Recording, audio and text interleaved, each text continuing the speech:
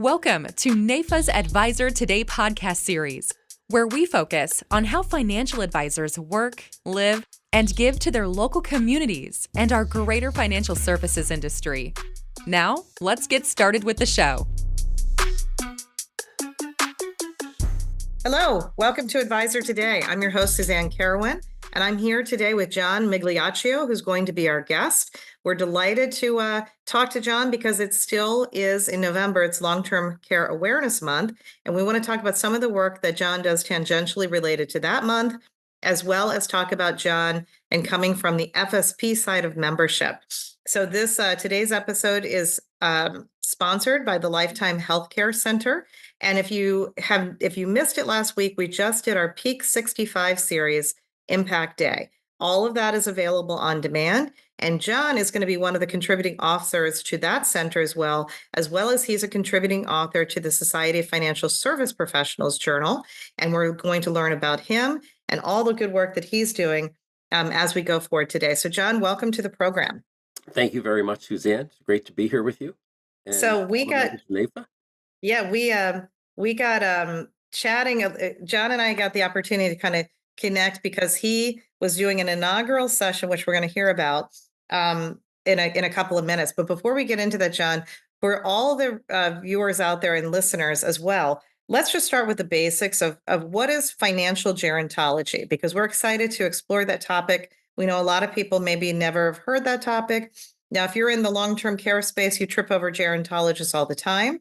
But if you're a regular, maybe, Main Street insurance or financial advisor, maybe you're not so familiar with what this kind of academic pursuit is. So how about we start with that?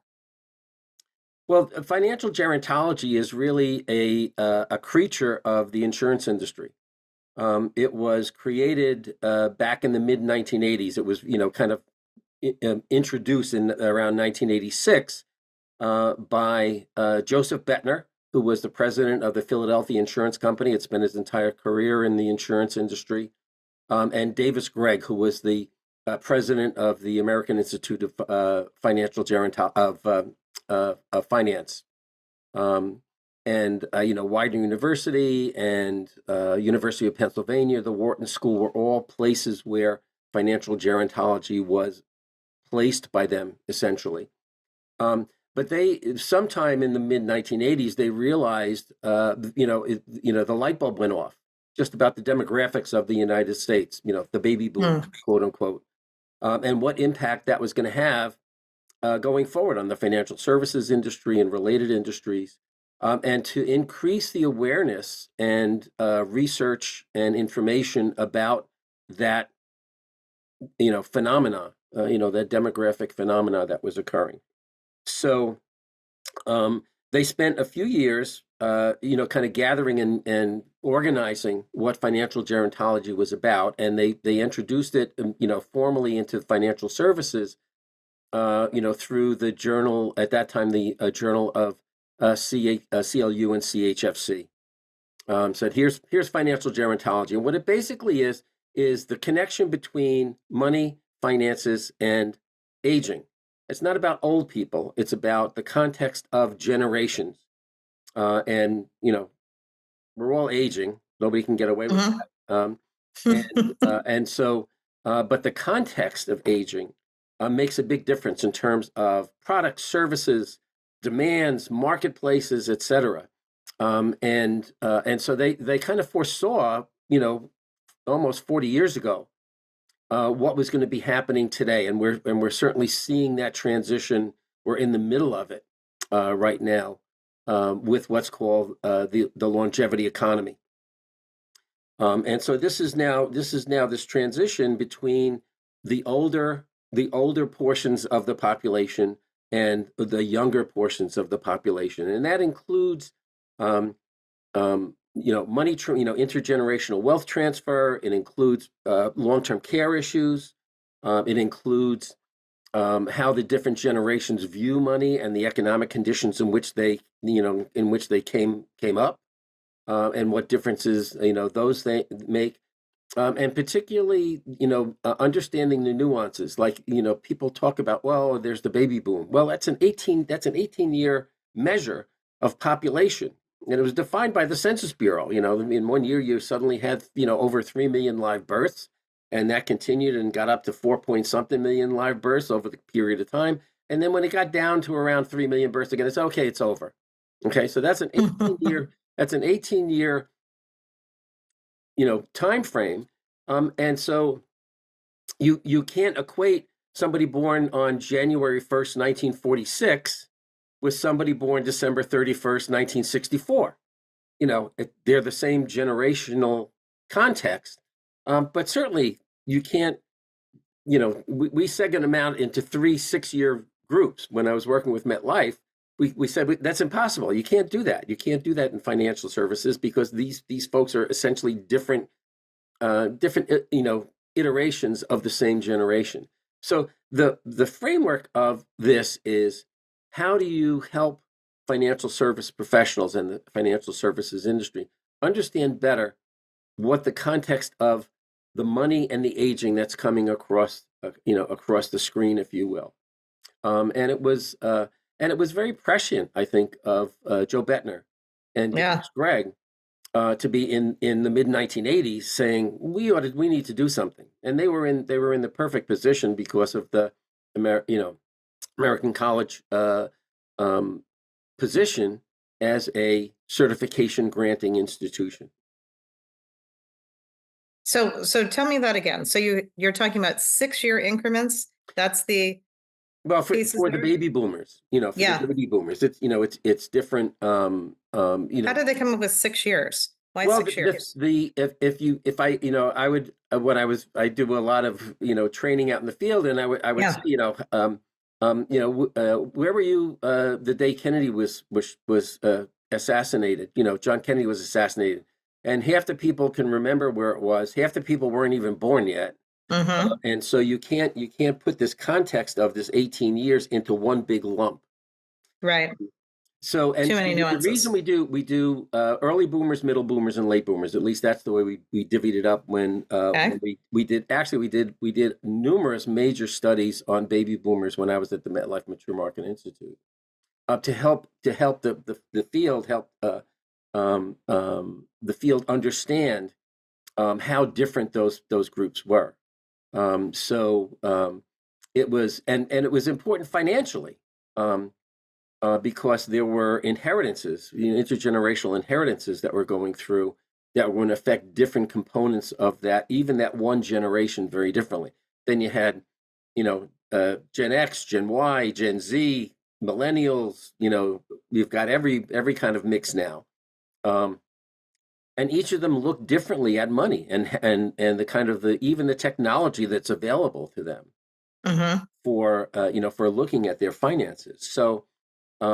The context of financial gerontology is we take a very, very broad look at what financial professionals need in order to understand the markets better, to respond to market opportunities better, to understand what products and services may be, reducing in demand and increasing in demand, and to give them a framework for making better decisions and establishing better relationships with their clients across generations. So now do you see that if there were 6-year increments prior with the early, middle, late Yeah. boomers, is that actually speeding up with technology, and people are actually changing at a more rapid rate within the generation because of the context in which they're growing up? I mean, it certainly could be that. It's certainly happening. So if you look at the oldest boomers and the youngest boomers, that's an 18-year difference. 46 Yeah. to 64. It's night and day. Yeah. And then there are other components of that. So that we talk about this generation, that generation. Well, the millennials for the most part are the children of the baby boomers Mm-hmm. at various levels. Okay, and then you have and there were birth there's birth highs and lows over the course of that time as well. So and the economics, kind of the national economic scene changes within those. Okay, so Mm-hmm. if you look at late boomers, they did not have the same kind of advantages financially as the younger boomers, because the younger boomers and middle boomers were inheriting money from their parents who were there after the post-World War II. It was a post-World War II baby boom, but it was also a post-World War II economic boom as well. Right. So, so the further you get away from that, the less impact that can have in terms of future generations. So now you're looking at this big flow of money in. There was I recommend people take a look at an article that came in the New York Times about 6 or 8 months ago on this intergenerational wealth transfer. Because when we did one of the first studies we did when I got into the MetLife Mature Market Institute was intergenerational. I said, we need the number. What? How much? Tell me how much. And this is just now between baby boomers and their kids. And at the time, it was about, and it was a long time ago. Some of the numbers may be a little off. It's about $18 trillion.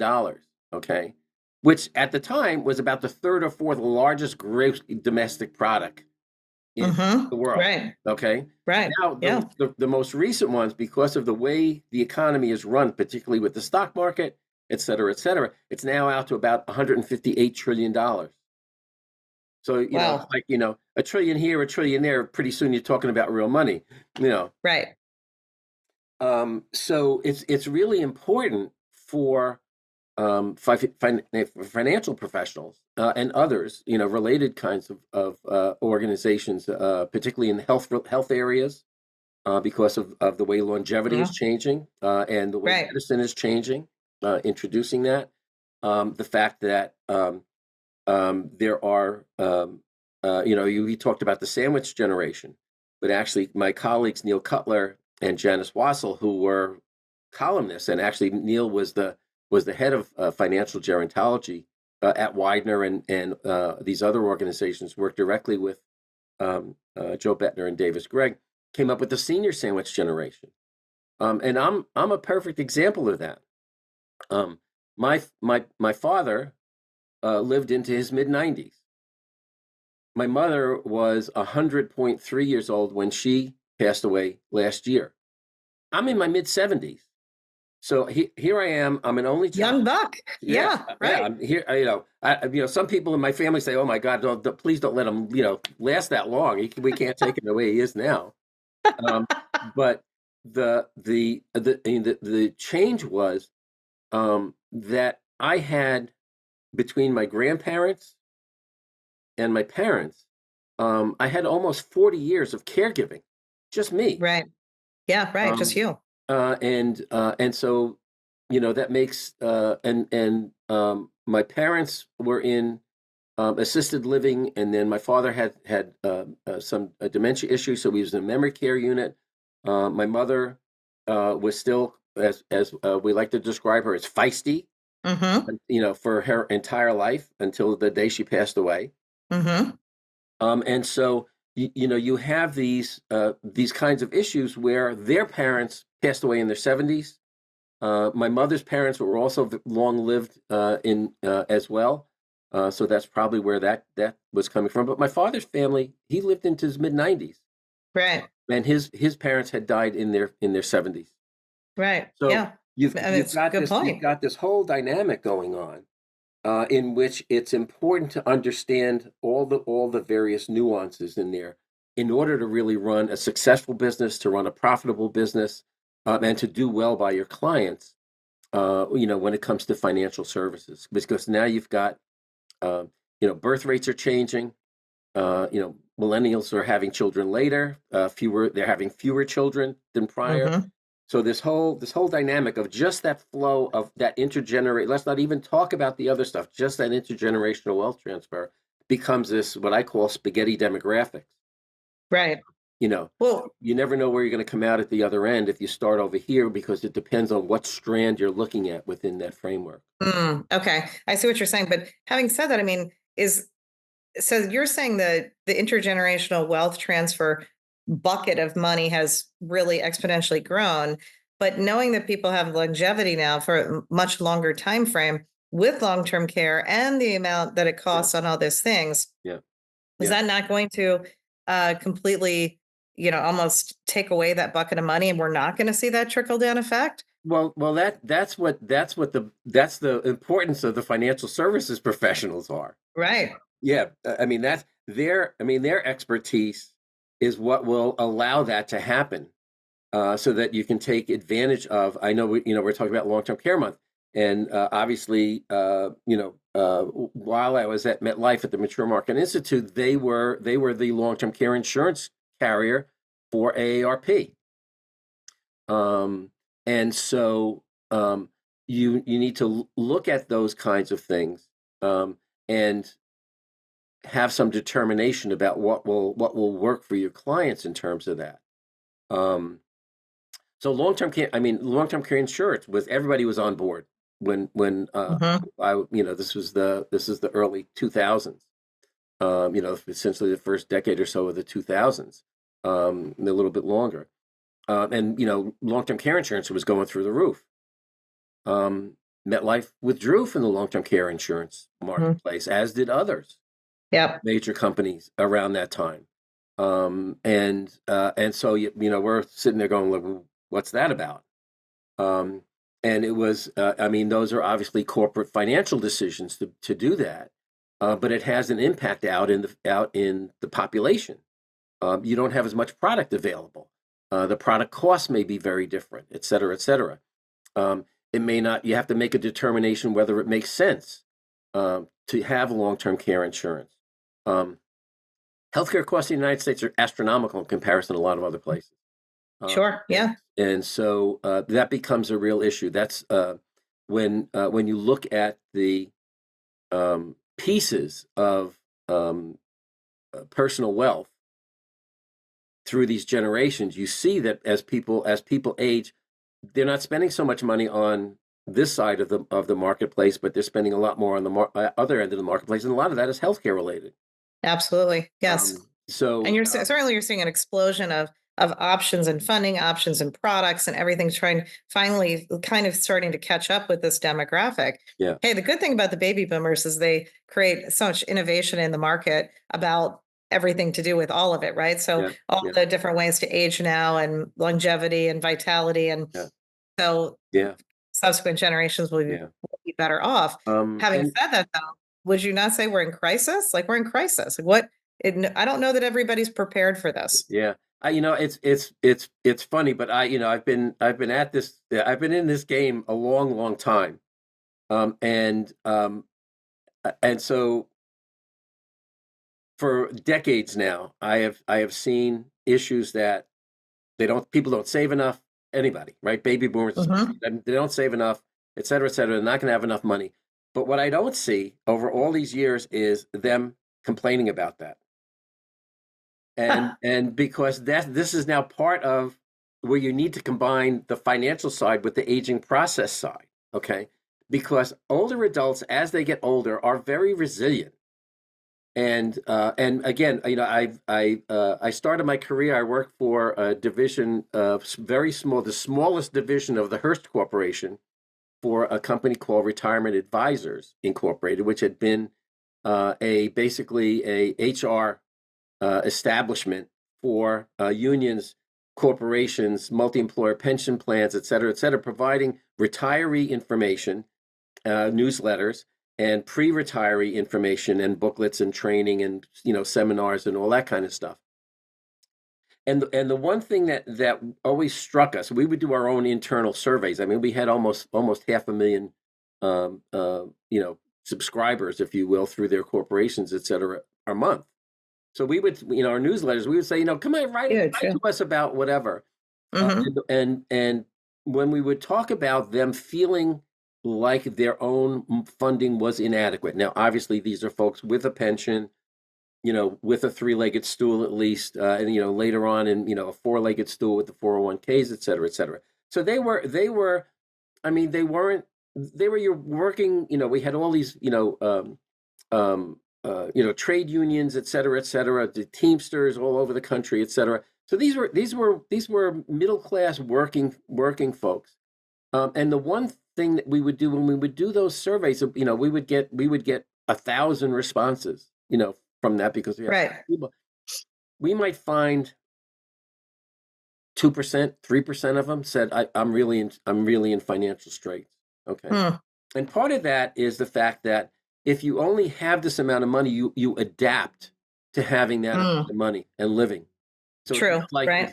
you're not like aspirational. Oh, I have to buy a new Cadillac every year. It's like, Right. okay, so I'll keep my Chevy for a couple of more years. It's no big deal.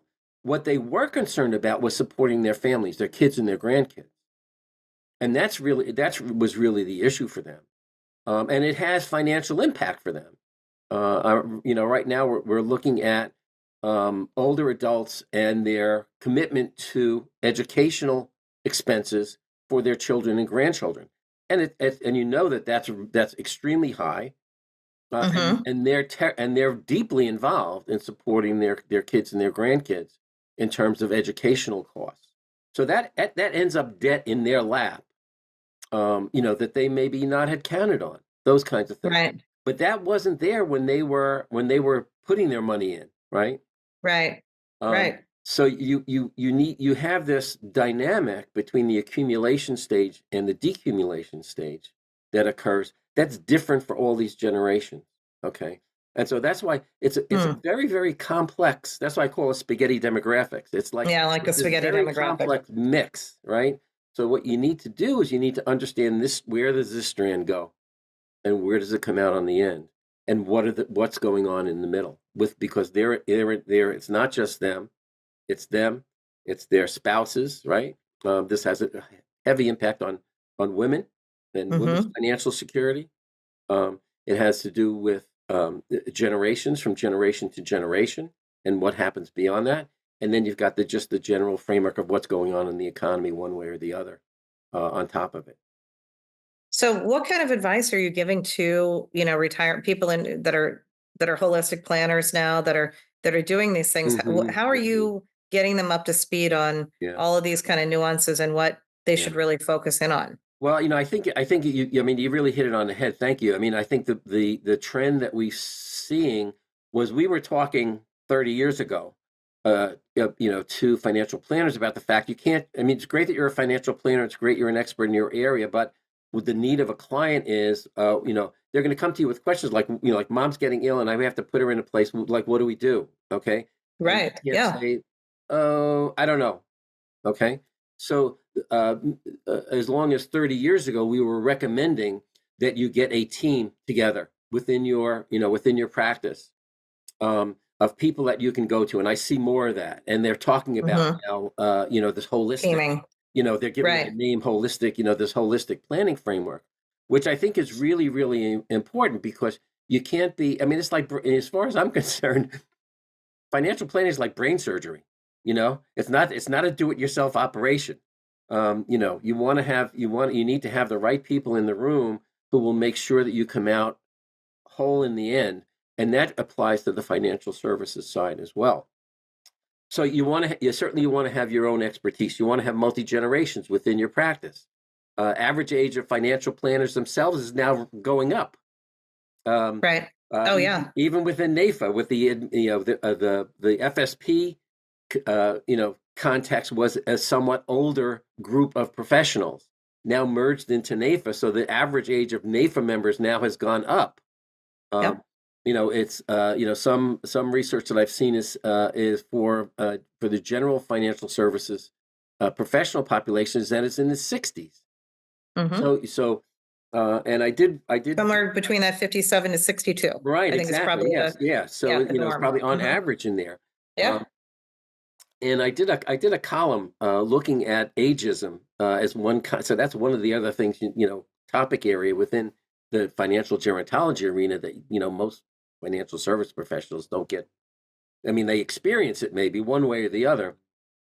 But what I found in gathering information for the column was, younger financial professionals don't want to work with older clients, and older clients don't want to work with younger financial professionals. They don't have enough experience, or they've got whatever, or so you need to have this mix now in your practice in order to be Mm, able to respond one way or the other to whatever's flowing in there. Um, right. So not just practice areas, but to actually have the mix. Be thoughtful and intentional about having a mix of the ages in there, which is kind of funny because if you get to healthcare, usually you want the young doctor right? Not the Right. older doctor, because, the young doctor is still staying up on the research and the Yeah. methods and everything Yeah. else. So it's a little bit reverse there, I think, in financial services. But Yeah. and maybe we should look at that and say, Yeah. can we change that narrative? But I'm with you. You need the blend, Yeah. which makes sense. Any good yeah, practice. the funny thing is the ageism. We look at ageism as young versus old, and what I found was that it's old versus young as well. The ageism, it goes in both directions, and so you need to be prepared for having the kind of services and the kind of personnel that will be able to respond to that one way or the other. You also need to have external experts, right? You need to have estate planning folks that you can Mm-hmm. rely on and refer to. You need to have healthcare cost experts that are part of your team, so that you can address those issues when they come up. And that was. I mean, I don't know if any of any folks out there, and probably some have tried to deal with the Medicare system. Mm. I mean, I know one person in the entire United States who can sit down and they can make sense out of it, you know. Um, and she's in Chicago, and I won't give you her name because I don't want her to be overwhelmed with people saying, "Well, she knows what's Well, going on." we've got luckily, what one association, John, can you find all these people in, right? There's one that I can think of. Can you think of what association that is? Let me see. Little I think it's coming to me gratuitous now. plug Yeah, there. it's getting clearer. That's Yeah, I right. mean, and that's exactly. I mean, that's exactly the power Mm-hmm. of NAIFA, and Yeah. the power of FSP now. Being part of it. So um, you really have a lot you can draw from in Yeah. terms of finding that kind of expertise. And we have to, right? Because it's I think you can think of it as, so I come out of somewhat of a healthcare background. So that idea of having the healthcare care team. So Yeah, let's take cancer, right? If you're a cancer patient, yeah, you've got your oncologist, your surgeon, right? You've got your radiologist, you've yeah, got your nutritionist, all the way through. So you've got a whole team of people that are experts to take care of you. Or you can take a more positive approach and say, okay, each one of your clients is an athlete. If I'm going to train an athlete, I just don't have one coach. I have multiple coaches, right? And you correct. need to Yeah, have the performance mindset, again, the nutritionist, my right. Yeah, conditioning coach, et yeah, cetera. We need to think about our clients, is what NAIFA is saying, from this perspective, right? And yes, there's this intersection that's coming about health and wealth, yeah, right? And these yeah, pieces, and how are we yeah, going to do that? yeah, So yeah. let's talk about that. What about the health? What about the housing part of it? Mm, Right? Because what yeah, about the housing part and yeah, how much things have changed with COVID and the yeah. generations and all that? What are you telling what are you seeing now in the world of financial gerontology and the academics, and what So people are projecting? one of the best things you can do for your clients is find somebody to help them get all the stuff out of their house.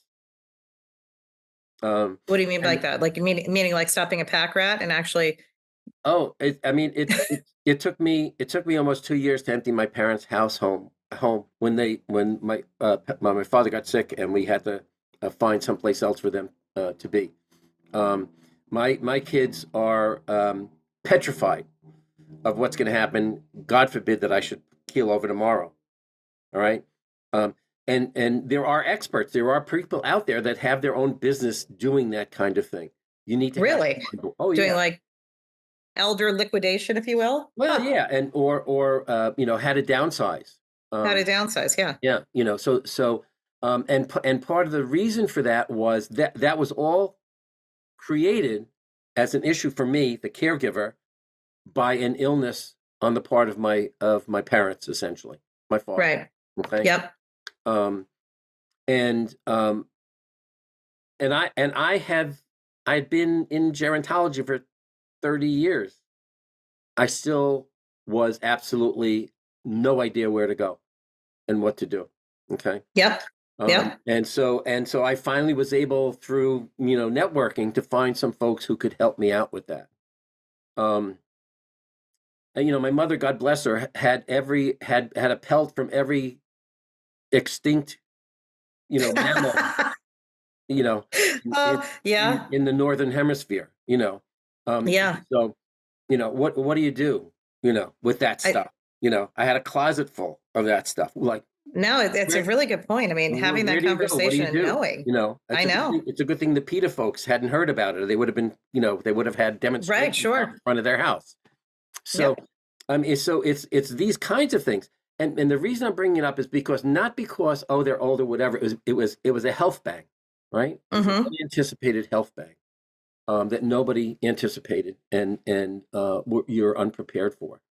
Um, so And having that conversation, I think we as Americans, again, we're a culture that is so focused in on youth and all of that, and has mhm, been for so long. yeah, But we need to get with the bounty of our boomers. We need to get good at having conversations about really yeah, legacy, maybe, yeah, and yeah, putting that positive spin and yeah, talking about it. Because yeah, I think you're right. Until yeah, something happens, because I think before we got on, we were talking about my own story. And so I became a caregiver of my mother when I was 19. I had to drop out of school. I had to, take care of her until she died and then transfer universities. And mm, it was just something that you don't realize at 19, that's kind of an anomaly.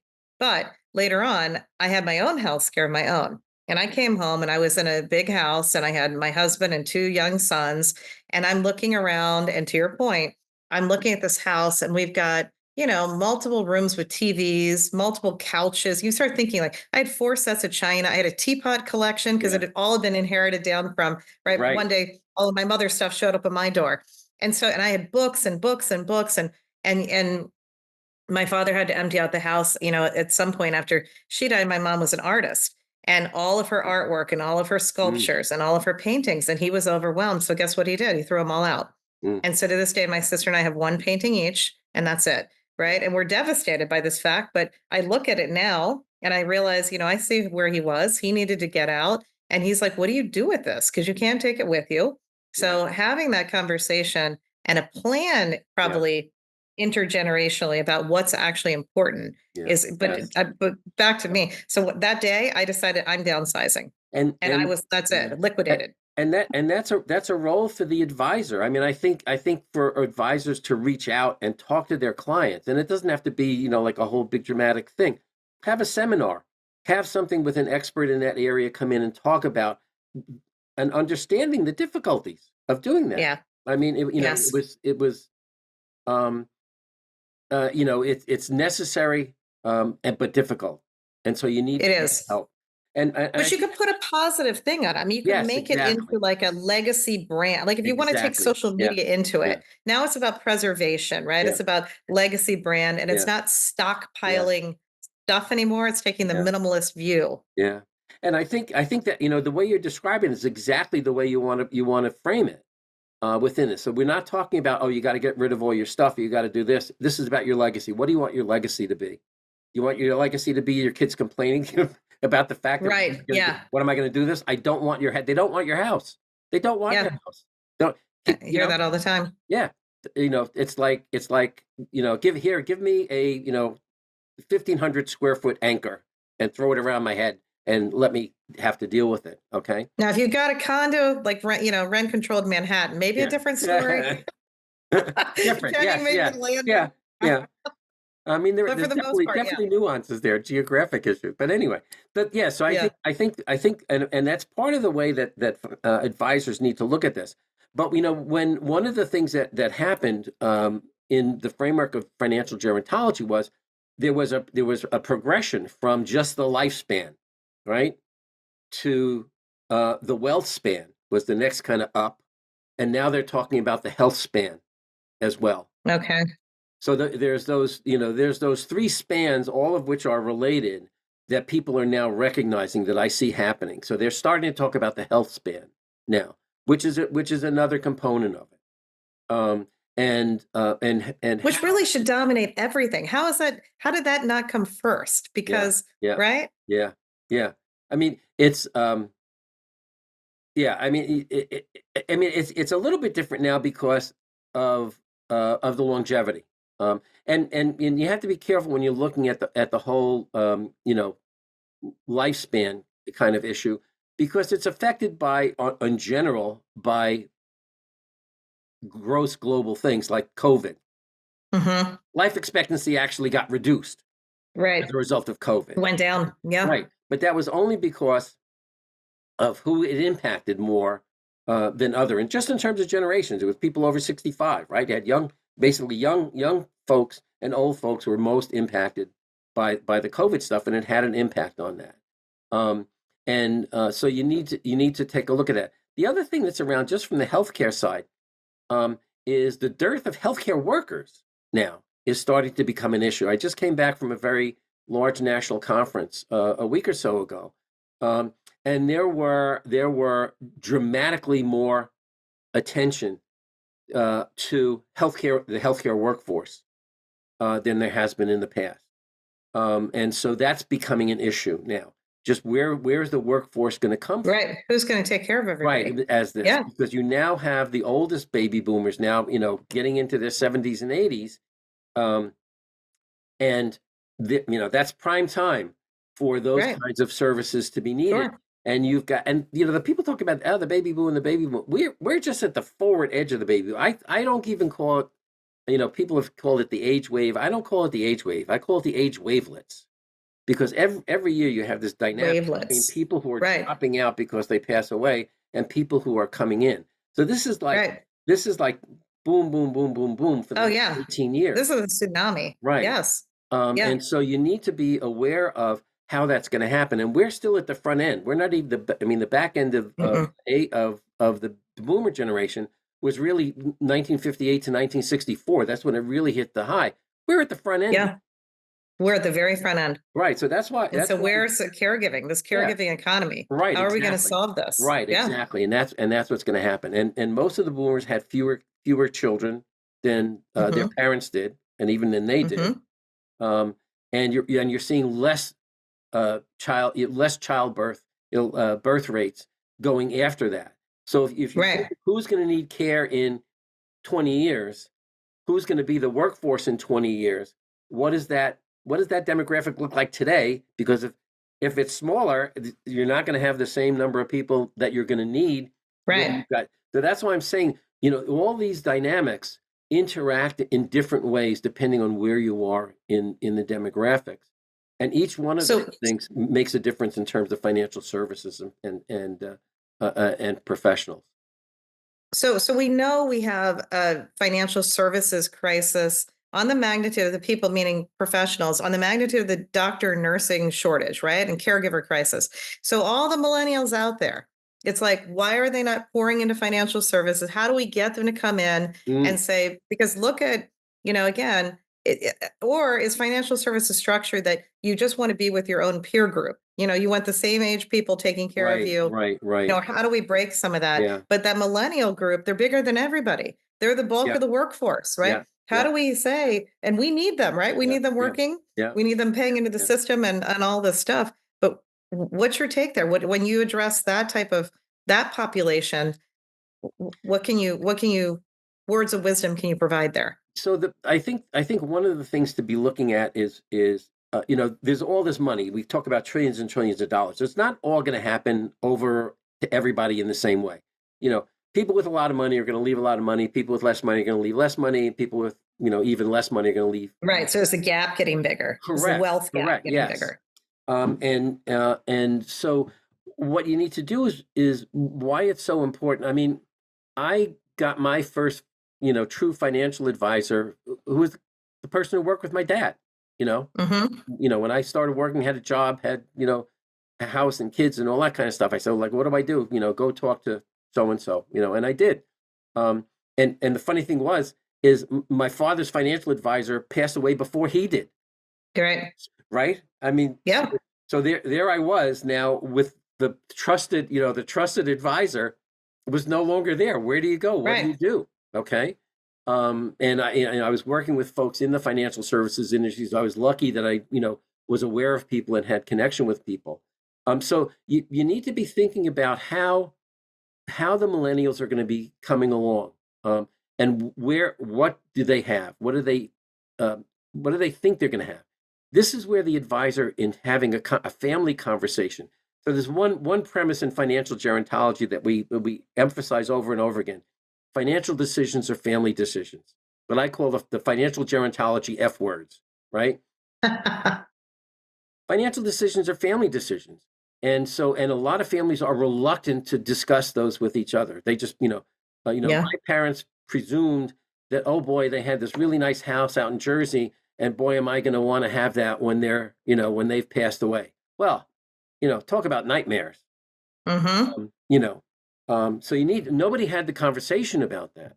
Yeah. And so that's one of the things that has to happen, because most of this money, I mean, just in bulk, is going to be transferred from the baby boomers over time to the millennials over time, and the millennials' kids over time, Right. boomers' grandkids. Okay, so Right. you want to be talking about that kind of a framework within the family. It's multi-generational, and Yeah. and involves everybody. And quite frankly, the financial advisor that my kids have and some friends is the financial advisor that we've grown to trust, as well. So this is a word of mouth thing. So I talk about the three best ways that older adults communicate is, telephone, telegraph, and telesenior. So I love that. I love that. yeah, because we actually did some research. If you do well by an older adult in whatever service it is, they'll recommend you to 3 of their friends. If you don't, That's true. they'll telltale on you to 10 of their friends. So Right. you want to be within the context of having the older adults be your benefactor in terms of Right. your own services, but also your loudspeaker. Yeah. Because the millennials, my kids are millennials, right? Mm-hmm. And you know, when they started, getting out of college and having jobs and having careers, they said, well, where do we go? What do we do? Go talk to my guy. You don't have to stay. Yeah. You know, this person has these kinds of people working, within the context of that practice. And if you like them, fine. If you don't, we'll help you find someplace else. I know that there's been some controversy within NAIFA about some designations that are, ostensibly controversial at this point. Okay, Mm-hmm. and so there are those kinds of issues as well, in terms of where you go and who you see. So, But and that I don't know if that's necessarily just a senior thing, because I'd say that I call you mentioned something, but I call it the sideline effect. And so mm, when I was a younger mother and in youth sports, the moms all stand on the sideline and they're waiting for their kids for practice. yeah, And we had a pediatrician in town. And so I was new to town and I said, hey, hey, I'm new, like what pediatrician? And they said, oh, we have 2 pediatricians in town. They're so and so and so and so, and don't ever go to so and so because they have a horrible bedside manner.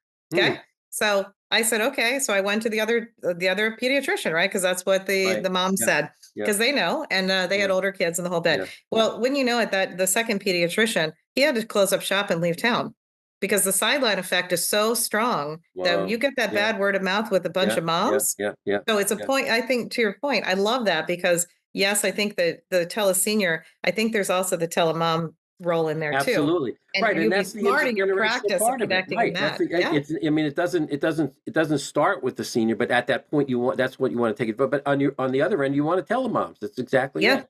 You need the Um, telemoms. And and you could plant those in your practice. I mean, you could identify those absolutely. people and say, start the Yeah. conversations. It's Yeah. important. Yeah. Yeah. When back in the day, we would do, when I was at Hearst and Retirement Advisors, we had a cadre of trainers, to go out and talk to pre-retirees about retirement. And Right. they weren't subject matter experts; they were executives or managers or whatever from companies and from unions, because they could go out and they could talk the language of the people that they were meeting with. Right. You know, Yeah. and people loved them. I mean, it was just great. And then we would throw in an expert here or there, on particular areas. But we were doing that all over the country. And so you wanna have, again, within the context of financial professional, you want to have those assets for your own practice. I remember, just go back for a second on the family stuff. I was invited out to do a program for essentially the top 100 agents in this very, very large financial services company. So I walk into this big auditorium, and there were some currently highly well-known, recognized financial folks who were, the top executives in this organization. And so I went in and I started talking to this group about, this whole financial issues or family issues component. And Right. I asked among the group, just as a general question, I said, how many of you have a really good relationship with your main major client, right? 99% of people raised their hand, right? And how many of those major clients, your major contact is the husband or the father in that family? And 98% of them raised their hand. I said, okay, so you have really great relationship with the dad, with the male. And it sounds like maybe a little bit, that's the major thing. I said, so let me tell you what's going to happen. Dad's going to die approximately 7 years before his wife. Okay. Mm-hmm. The wife is going Right. to have now inherit, in the typical scenario, all of the assets that you have in your book of business with that person. Okay. That widow doesn't know you. You haven't established a relationship with her. And so what is she going to do? She's going to start talking to her friends. She's going to start Yep. talking to her cousin. She's going to start talking to maybe her kids. Okay. And what's going to happen is that probably within 10 to 12 months, that book of business is going to walk out of your practice. Mm-hmm. One person, and they were all like, I thought one guy was going to faint in the front row. He went, He's like, he turned pale. Yeah, right. I Sure. thought That's we why were he's going to have shaking. to I thought we were going to have to do like resuscitation Right. on him. CPR. The light bulb finally Yep. went off Yeah. about that. And that's why it's so important that you have this connection, the family connection, in doing this, because it doesn't matter whether you're talking about health, wealth, lifespan, whatever. Yeah. No, that's the component that has the hooks into the finances, Right. one way or another. Okay, and so it's And real. that's a good point. The Yeah, power dynamic, I can't emphasize enough. I mean, as the power dynamics, if you're sitting down to counsel and starting with a couple, et cetera, you better figure out financial advisor who has the power dynamics and make yeah, no assumptions. yeah, Because yeah, John, I can't tell you the number of people I've walked away with yeah, from, in services of any kind. yeah, Because if they don't understand quickly the power dynamics, right? yeah, Of who does what, yeah, I have no time for that. yeah, So yeah, yeah, that's true. And then that's that I think nowadays that there's no per se saying who has it. You need to really figure it out and get really yeah, good at those yeah, conversations yeah, because that's cultural, that's all yeah, sorts of stuff in yeah, there. yeah. And so I think having a family conversation, even if somebody in that mix is not your client, Right. somebody in that family is, and it's you can create credibility for yourself and for your business and for your clients who talk with other clients, to bring that in, and to have at least a demonstration of awareness about that. That's what financial gerontology brings. So how It gets you out of this narrow framework of I'm there to take care of the money.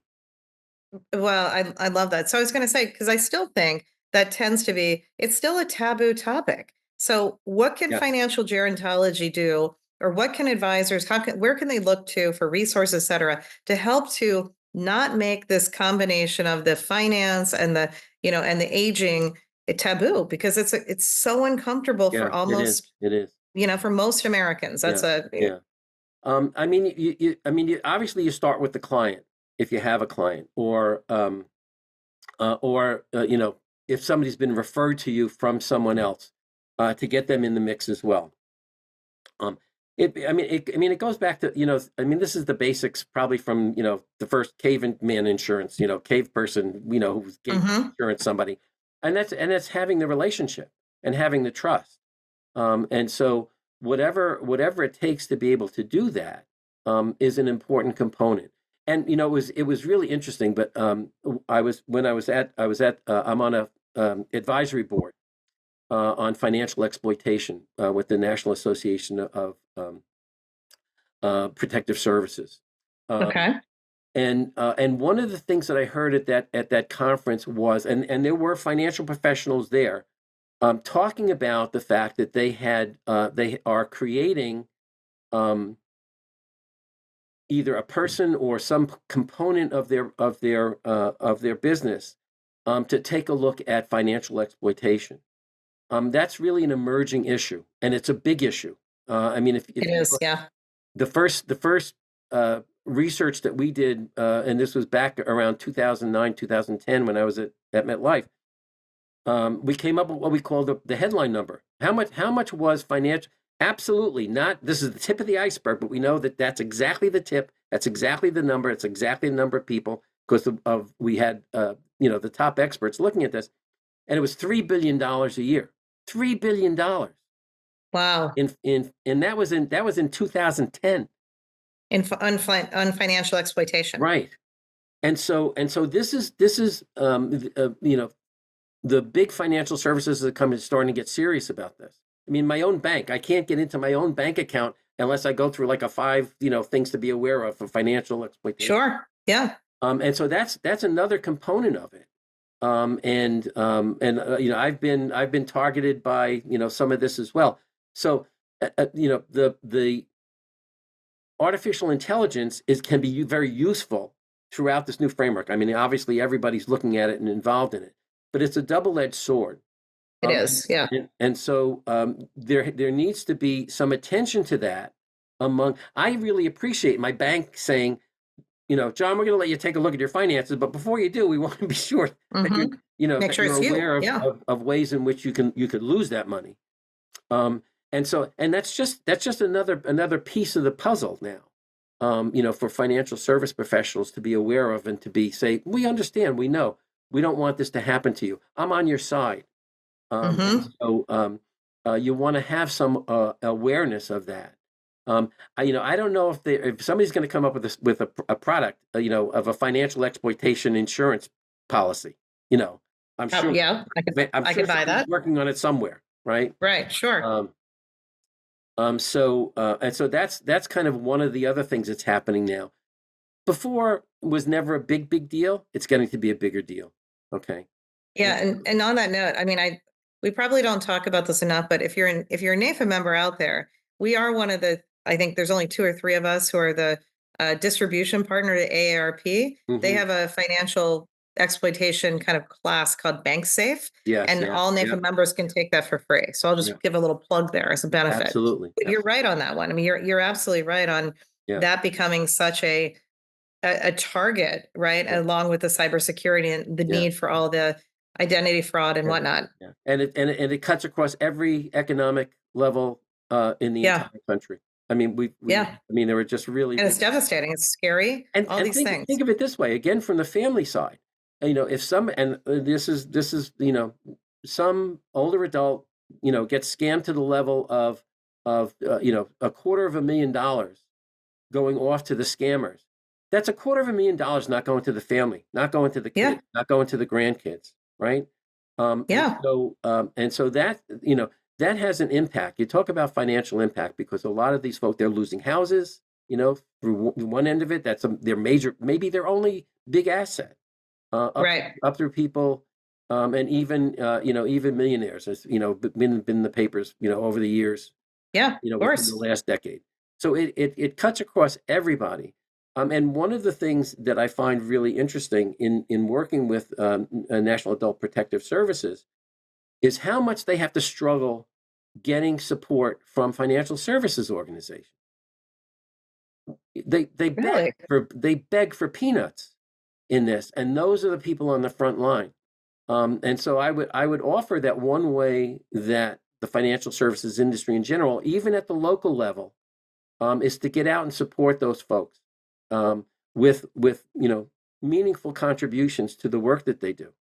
Because they've got to rely on the budget for the support that they get, and when you break it down to 50 states, it's laughable. So if you want to be a hero, in your own local communities or even nationally, get behind the people that are out there. They're like your police force, helping protect the money, that you've worked so hard to help your clients have, that slips away literally in, overnight in some cases, and is not recoverable. So it's this big conglomerate of things. You can see all the different pieces. This is a giant Yeah. jigsaw puzzle, um, and you really have to fill in all the pieces if you want to get the big picture.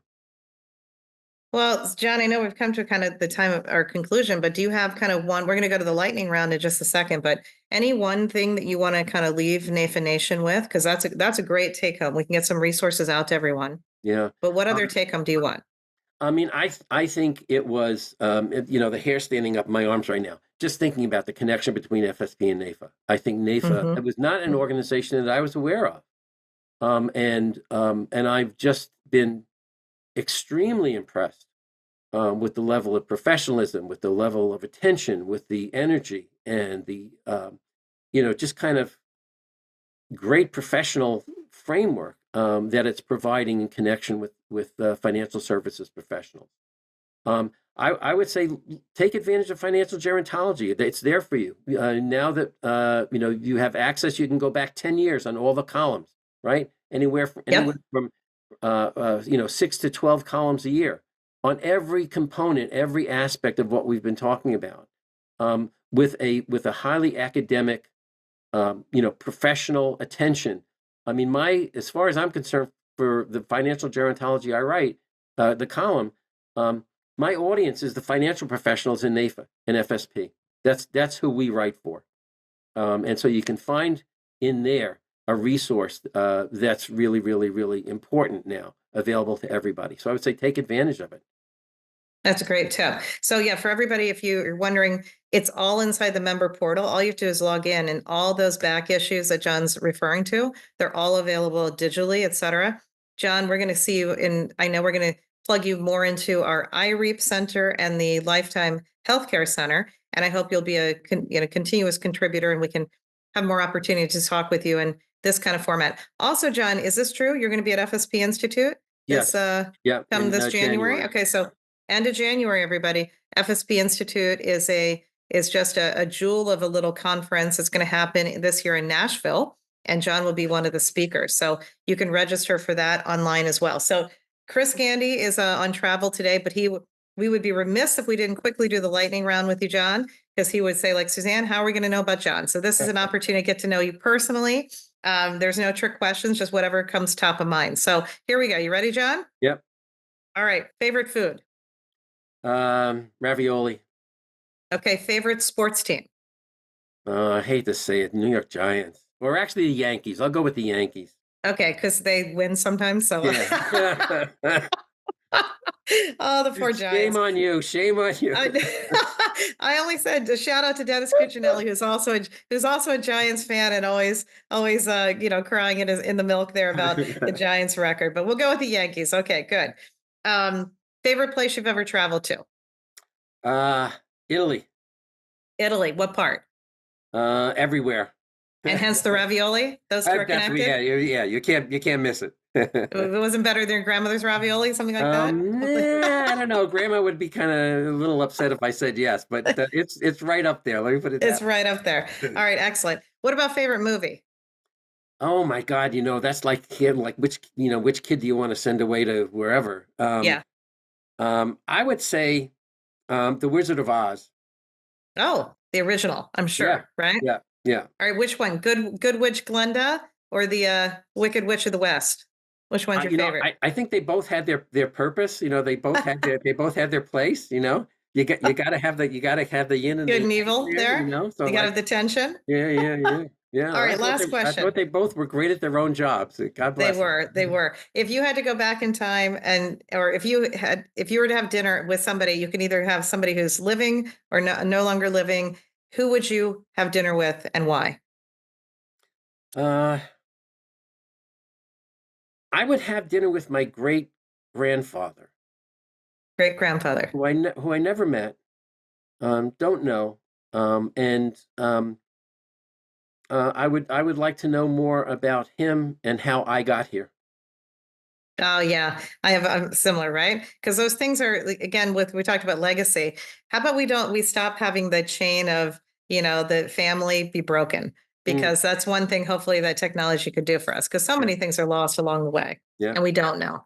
Well, I know this, John. You're part of our family now, and we're happy to have Great you. to And we meet want you. to keep that legacy going of financial gerontology. So we're happy that you're a member. If you're not a member, please join us. You can go to belong.naifa.org/join and become a member of our NAIFA FSP Life Happens Expanded Family. But with that, John, we're looking forward to seeing you in person end of January at FSP Institute and Absolutely. reading more of all your columns that you have out there on financial gerontology. And thank you on behalf of NAIFA and all the work you do. Thank you, guys. Take care. Thanks for joining us for NAIFA's Advisor Today podcast series. Make sure to subscribe to get future episodes. And if you're interested in coming on the show, let us know.